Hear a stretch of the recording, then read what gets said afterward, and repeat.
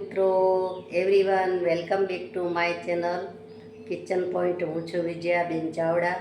તો આજે આપણે બનાવીશું વડિયાળીનું શરબત. નાના મોટા સૌને ભાવે તેવું અને સેહત માટે પણ ઠંડુ.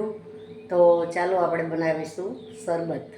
તો આપણે અહીંયા લીધી છે 100 ગ્રામ વડિયાળી. જે વરિયાળી લખનવી વરિયાળી છે. તમે પેલી જાડી અને દેશી આવે તે પણ લઈ શકો છો. તો આ 100 ગ્રામ વરિયાળી છે. તેની સામે આપણે 100 ગ્રામ જેવી આપણે દ્રાક્ષ છે, જે પીળી દ્રાક્ષ આવે છે તે લીધી છે મેં. તો એ દ્રાક્ષ અને વરિયાળી બેયનું માપ કમ જ્યાદા તમે કરી શકો છો કે ઓછી વધતી કરી શકો છો. તમે જેટલું બનાવો તે પ્રમાણે લઈ શકો છો. તો અહીંયા મેં વરિયાળી જે લીધી છે તે હું પલાળી દઉં છું. આ વરિયાળીને આપણે પલાળવાની છે લગભગ 5 થી 6 કલાક. અને આ દ્રાક્ષ પણ આપણે લઈ લેશું. તો વરિયાળી અને દ્રાક્ષ બેયને મિક્સ પલાળી દેવાના છે.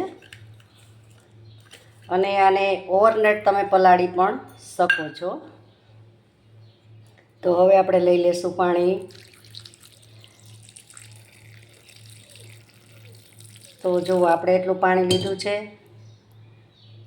અને આ વરિયાળીને આપણે લગભગ 4 થી 5 કલાક સુધી પલાળી દઈશું. તો મિત્રો અત્યારે તો આપણે પલાળી દીધી છે વરિયાળી અને દ્રાક્ષ બેઉ. અને આમાં નાગરવેલના પાન પણ આવશે. પણ આને 5-6 કલાક પલળી જાય પછી તમને હું આગળના વિડીયોમાં બતાવીશું. સ્કીપ કર્યા વગર તમે જોજો વિડીયો. એટલે તમે આ ઉનાળો કાળઝાળ ગરમીથી બચવા માટે અને બહુ ઠંડુ વરિયાળી તો આપણે બધાને ખબર જ છે કે ઠંડી હોય છે. તો અત્યારે આ પીએ તો બહુ જ સારું ઉનાળામાં.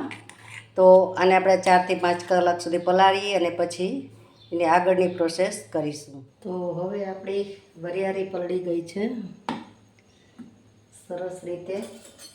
મેં ઓવરનાઇટ પલાળી છે વરિયાળીને અને દ્રાક્ષ બેઉને. તો જો તમે સરસ ફૂલી ગઈ છે આપણી વરિયાળી. અને કોઈ પણ વરિયાળી તમે લઈ શકો છો, ઝીણી કે જાડી ગમે તે. અને દ્રાક્ષ પણ સરસ મજાની આમાં પલળી ગઈ છે. તો હવે આપણે એને ગાળી લઈશું. હવે જે આ પાણી છે એ બધું આપણે આમાં ગાળી લઈશું.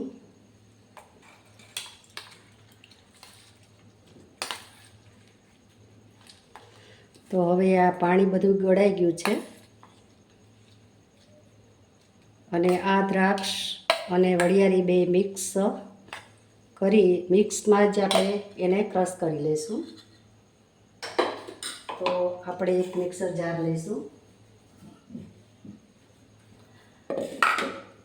મિક્સર જારમાં આપણે ફાઈન એવી દળી લઈશું. તો મિક્સર જાર લઈ લીધો છે. તો બધી આપણે આમાં સૌપ્રથમ દળી લઈશું.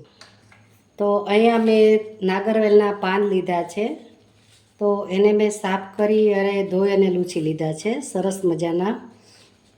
તો મેં 4 થી 5 પાન લીધા છે. અને મેં 500 ગ્રામ જેટલી ખાંડ લીધી છે. અને આપણે આ ગુલકંદ આવે છે જે પાનમાં નાખવાનો, તે ગુલકંદ મેં લીધો છે. એ મેં 3 ચમચી ગુલકંદ લીધો છે. તો હવે જે આ પાન છે એને મેં ધોઈ સાફ કરીને રાખ્યા છે. તો આપણે એને કટ કરી લઈશું. ઝીણા ઝીણા આપણે કટ કરી અને એને મિક્સરમાં ગ્રાઇન્ડ કરી લઈશું. તો આ રીતે આપણા પાન બધાય કટ થઈ ગયા છે. હવે આપણે મિક્સર જાર લઈશું. મિક્સર જારમાં આપણે આને મહીમ એવી પેસ્ટ કરી દઈશું.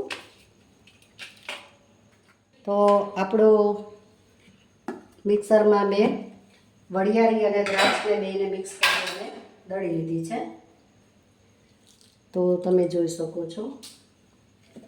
જો આ રીતે એકદમ મહીમ પેસ્ટ કરવાની છે. જો આ રીતે એકદમ દળાઈ જાય તેવી આપણે દળવાની છે. અને આપણે જે નાગરવેલનું પાન લીધા હતા તેને પણ આપણે રસ કરી દીધો છે એનો. સેજ થોડુંક પાણી નાખી અને મિક્સરના બાઉલમાં લઈ અને એને ગ્રાઇન્ડ કરી નાખવાનું છે અને જ્યુસ જેવું બનાવી દેવાનું છે. તો આપણું આ રસોઈ પણ તૈયાર છે. તો હવે અહીંયા જે મેં વરિયાળીને દ્રાક્ષને પીસી લીધેલી છે, તો એમાં આપણે લઈ લઈશું ગુલકંદ. તો આમાં મિક્સ કરીને એકવાર હજી આપણે દળી લઈશું અને ફ્લેવર સારી આવે એટલા માટે આપણે લઈશું ઇલાયચી. તો ઇલાયચી પણ આપણે ભેગી મિક્સ કરી અને દળી લઈશું, તો એની સ્મેલ પણ સરસ બેસી જશે અને સ્વાદ પણ સારો આવશે. તો આપણું મિશ્રણ તૈયાર છે અને હવે આપણે ગેસ ઓન કરીશું. તો હવે જે આપણે પેસ્ટ દળેલી છે તે આપણે લઈ લેશું કઢાઈમાં.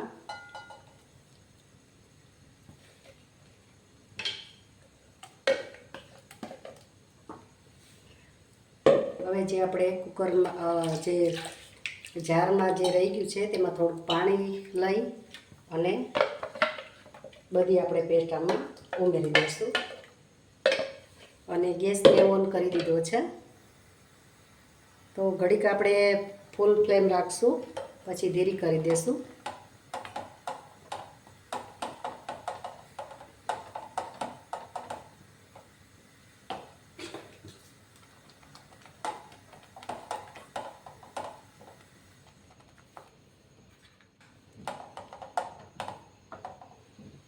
હવે અહીંયા મેં 500 ગ્રામ ખાંડ લીધી છે, તો ખાંડ આપણે કઢાઈમાં લઈ લેશું અને થોડું પાણી ઉમેરીશું. ખાંડ ઓગળે એટલું પાણી આપણે ઉમેરી દઈશું.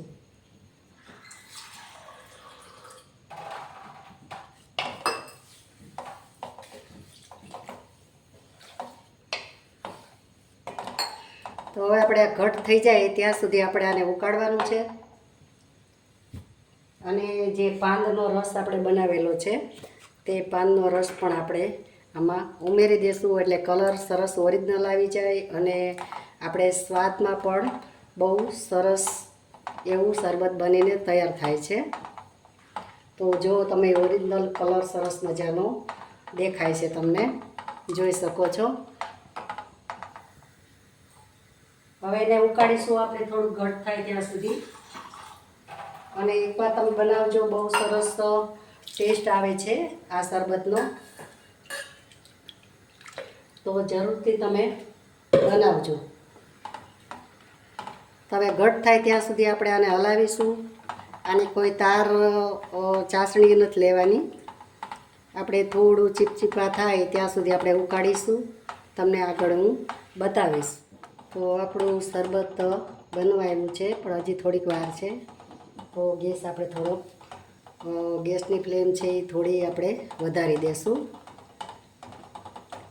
તો હવે આપણે એમાં ઉમેરીશું લીંબુ.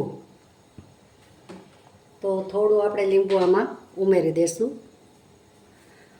તમારી પાસે સુગર સિરપ હોય તો એ પણ લઈ શકીએ, પણ મારી પાસે અત્યારે છે નહીં, થઈ રહ્યું છે, મેં બનાવ્યું હતું. તો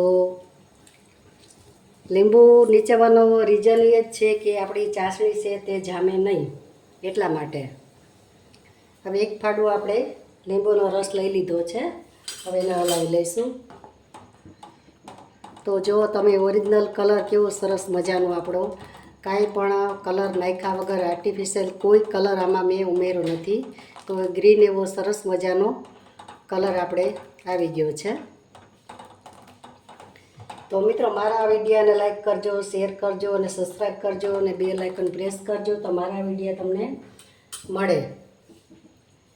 અને કોમેન્ટ કરજો કેવી લાગી મારી રેસીપી, અને જરૂરથી તમારા પ્રતિભાવ મને લખી મોકલજો.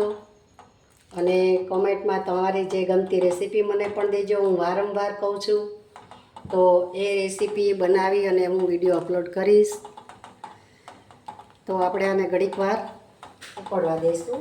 અને હજી આપણે આ બરાબર ચાસણી નથી થઈ. જોકે આમાં આપણે તાર લેવાનું નથી, પણ ચીપચીપા થાય ત્યાં સુધી આપણે એને ઉકાળવાની છે. તો આપણે આને 5 મિનિટ હજી ઉકળવા દઈશું. તો હવે આપણું શરબત બની ગયું છે. તો જોઈએ આપણે. હવે સરસ બની ગયું છે. આ જેમ ઠરશે તેમ આપણું ઘટ થશે.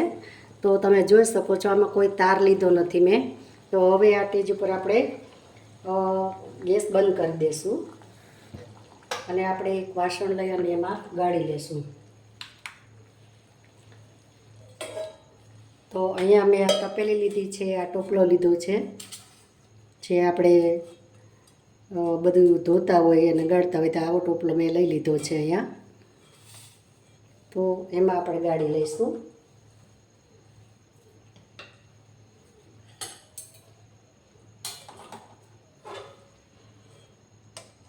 તો ધીરે ધીરે આપણે બધું ગાળી લઈશું અને એક મોટું વાસણ જ લેવાનું, એટલે એમાં ઢોરાય પણ નહીં આપણે, એટલા માટે. તો જુઓ તમે કેવો સરસ કલર આવ્યો છે આનો, અને જરૂરથી તમે બનાવજો. ધીરે ધીરે આપણે એને હલાવીશું એટલે બધું ગળાઈ જશે. અને તે પછી પણ જો જરૂર પડે તો આપણે એ જે ડબલ જારીવાળી ગળણી હોય ને એનાથી ગાળી નાખવાની. અને દૂધ સાથે તો બહુ જ સરસ લાગે. અને પાણી સાથે પણ આપણે પાણીમાં ઉમેરીને પણ શરબત બનાવીને પી શકીએ છીએ. પણ આમાં આપણે મીઠું નથી ઉમેરવું, કારણ કે આપણે દૂધ સાથે પીવાનું છે ને એટલા માટે. મીઠાવાળું આપણે દૂધમાં જો ઉમેરીને પીએ તો એ આપણે ન ભાવે નહીં, એટલા માટે આપણે અહીંયા મીઠું તો યુઝ કર્યું જ નથી. તો જો તમે કઢાઈ ગયું છે આપણું શરબત. હવે આને આપણે ઠરવા દઈશું.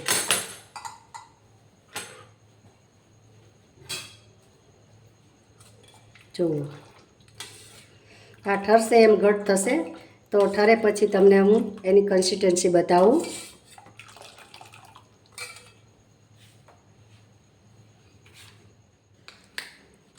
તો મિત્રો સરસ મજાનું આપણું શરબત તૈયાર થઈ ગયું છે અને ઠરી પણ ગયું છે. મેં પાણીમાં રાખી દીધું હતું એટલે વહેલું ઠરી જાય એટલા માટે. અને આની કન્સિસ્ટન્સી તમે જોઈ શકો છો. જો આ રીતની રાખવાની છે. આપણે જે ચમચો આપણે એમાં શરબતમાં બોરીએ તો આપણે કોટ થઈ જાય છે. તો આવી આપણે કન્સિસ્ટન્સી રાખવાની છે. અને સ્વાદમાં તો બહુ સરસ બને છે. તમે એકવાર જરૂરથી ટ્રાય કરજો. તો હવે અહીંયા મેં આ દૂધ લીધું છે, તો આપણે એમાં ઉમેરીશું શરબત ઉમેરીશું. તમે જેટલું મીઠું ખાતા હોય એ પ્રમાણે આપણે લેવાનું છે. તો જોઈ શકો છો તમે બહુ મસ્ત મજાનું આપણું શરબત રેડી છે. અને પાણી સાથે પણ તમે યુઝ કરી શકો છો. તો થોડું આપણે હજી શરબત લઈશું. અને આનો સ્વાદ તો એટલો સરસ આવે, તમે એકવાર બનાવીને જોજો તો તમે યાદ કરશો કે ના ભાઈ સાચી વાત છે. આનો સ્વાદ જ એટલો સરસ મજાનો આવે છે.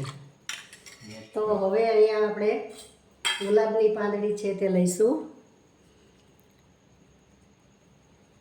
અને એને હલાવી લઈશું. હવે આપણે સર્વ કરશું. તો અહીંયા મેં 2 ગ્લાસ લીધા છે. તો હવે આપણે ગ્લાસમાં લઈ લેશું. તો જો મિત્રો કેવું અમેઝિંગ સરસ મજાનું આપણું શરબત બનીને રેડી છે. જો અને હવે આપણે એમાં લેશું થોડા તકમરિયા, એટલે કે બાવચી. બાવચી પણ ઠંડક આપે છે અને બહુ એસિડિટી પણ થાય નહીં, અને સ્વાદ પણ આનો વધી જાય. અને આપણે જે ફાલુદા પીતા હોય ને એમાં આપણા હોય જ છે બાવચી. આને સબ્જેક્ટ પણ કહે છે અને બાવચી પણ કહે છે, અને અમે તકમરિયા કહીએ છીએ. તો જુઓ તમે આપણું શરબત તૈયાર છે. પાણી સાથે લેવાનું અને દૂધ સાથે તમે યુઝ કરી શકો છો. અને હવે આપણે લઈશું થોડુંક આઈસ પણ લઈશું, એટલે ઠંડુ ઠંડુ દૂધ તો ઠંડુ જ છે, પણ તોય આપણે આઈસ લઈશું એટલે એકદમ ઠંડુ બની જાય અને પીવાની પણ મજા આવે. અને બનાવવાની રીત પણ બહુ સરળ છે. તો જોઈ શકો છો તમે કેવું સરસ બની ગયું છે ને શરબત. તો બનાવજો અને પછી તમે યાદ કરજો કે ના બહુ સરસ બન્યું છે અને કમેન્ટમાં લખજો મારી રેસીપી કેવી લાગી તમને અને કમેન્ટ કરજો જરૂરથી. તો મિત્રો આવજો, મળીશું આપણે નેક્સ્ટ વિડીયોમાં. ત્યાં સુધી આવજો. Thank you for watching.